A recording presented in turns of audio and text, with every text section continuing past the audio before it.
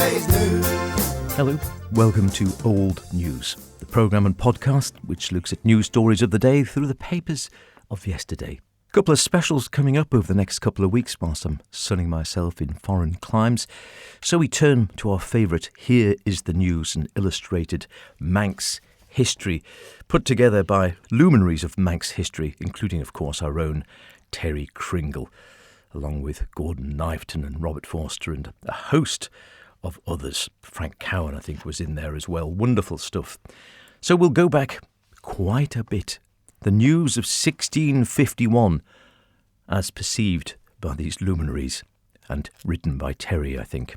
The Lord of Man, James, 7th Earl of Derby, was executed early today, the 15th of October, at Bolton in Lancashire for his resistance to the parliamentary forces of Oliver Cromwell. His death leaves the Isle of Man open to invasion, we read, and a parliamentary force under the command of Colonel Duckenfield, who is reported to be preparing to set out from Chester Castle in the next few days. We have this report. His lordship, who had ruled the island for 24 years and earned himself the Manx title of Instanlic Mór, the Great Stanley, had always been a fierce supporter of the royalist cause. He refused to surrender the island earlier this year, and it was shortly after that he took a force of 300 Manx foot soldiers to England to join the royal standard in the attempt to restore the monarchy. But he and his men were attacked by a superior force near Wigan 2 months ago and scattered. His lordship escaped and managed to join Prince Charles, but he was captured following the defeat at the Battle of Worcester last month. After confinement and court-martial at Chester Castle, he was sentenced to death on the block, with Cromwell himself insisting on there being no reprieve. This will leave the Isle of Man in a state of some uncertainty over the immediate future. There are mixed feelings among the populace. Lord Derby, for all his autocratic style of rule and his hard and hotly disputed attitude to the ownership of Manx land, is acknowledged to have had the welfare of the island at heart, and this is reflected in the many social and other reforms that he has put through. At the same time, the House of Stanley is one of the great feudal English clans, and it was inevitable its members should have strong royalist sympathies. His campaigning for the royal cause has cost the Isle of Man dearly in wealth and men in a fight which is not of its own making. As a result, there is known to be a lot of sympathy in the island for Cromwell and Parliament. The administration of the island, in his absence, was left by Lord Derby to his wife, Countess Charlotte. It is understood she has not yet been informed of his death. The parliamentary force at Chester is expected to sail shortly and make for a landing in Ramsey Bay. One of Colonel Duckenfield's priorities will be to effect the release from Peel Castle of Captain Edward Christian, this great Manx seaman and adventurer, who was originally Lord Derby's Lieutenant Governor in the island, has been imprisoned for the last 8 years for allegedly leading a Manx revolt against his lordship. He is known to have strong parliamentary sympathies. Well, violent times indeed. Also, we read in the news in 1651, prices are rising. Figures published today show that the cost of living in the island is continuing to run at a low level.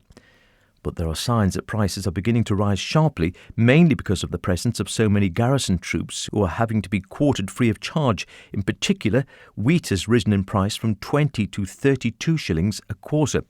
That's a quarter tonne, presumably. As a result, the House of Keys is advocating that price control should be introduced as soon as possible. We have a story of illegal corn grinding. Action is to be taken against farmers in the island found grinding corn illegally.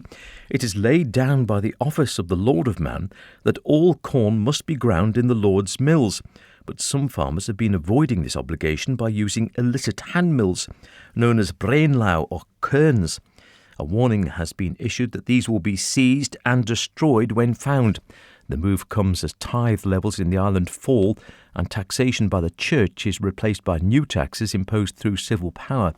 Taxes already accruing to the Lord include those payable for the right to fish for herring and to import and export goods. Miles Standish is to return home. It's hoped that a distinguished family with Manx connections, which has been in the Americas for nearly 30 years, might be able to make a homecoming trip in the near future.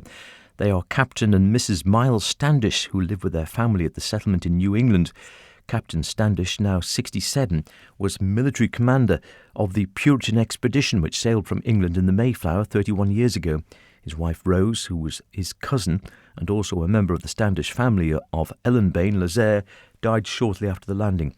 Her sister Barbara went out 3 years later to become his second wife. They have 4 children. Keep it in the family. And changing surnames. Manx surnames, without many people being aware of it, are gradually changing, we read, in the year 1651. The old Celtic, Irish, Scots, Norse and Anglo-Saxon surnames that had the age-old prefix Mac have been disappearing for the last 200 years or more. In many cases, the Mac has disappeared completely. McCorlett has become Corlett, McCuston, Costain, McClucas, just Clucas, McCullister, Cullister. But philologists say there are some old names surviving, like MacIlray, Michelchrist, and Michelcrane. But one wonders, for how long? Indeed, I think I might have been a McCain at one stage. And they're still making the chips, aren't they? Fascinating, as always, dipping back all the way to 1651. If nothing else, we live perhaps in a slightly quieter time than then. Until next week, cheerio. It is, of course, old news. Until next week, cheerio. You're gonna be yesterday's news.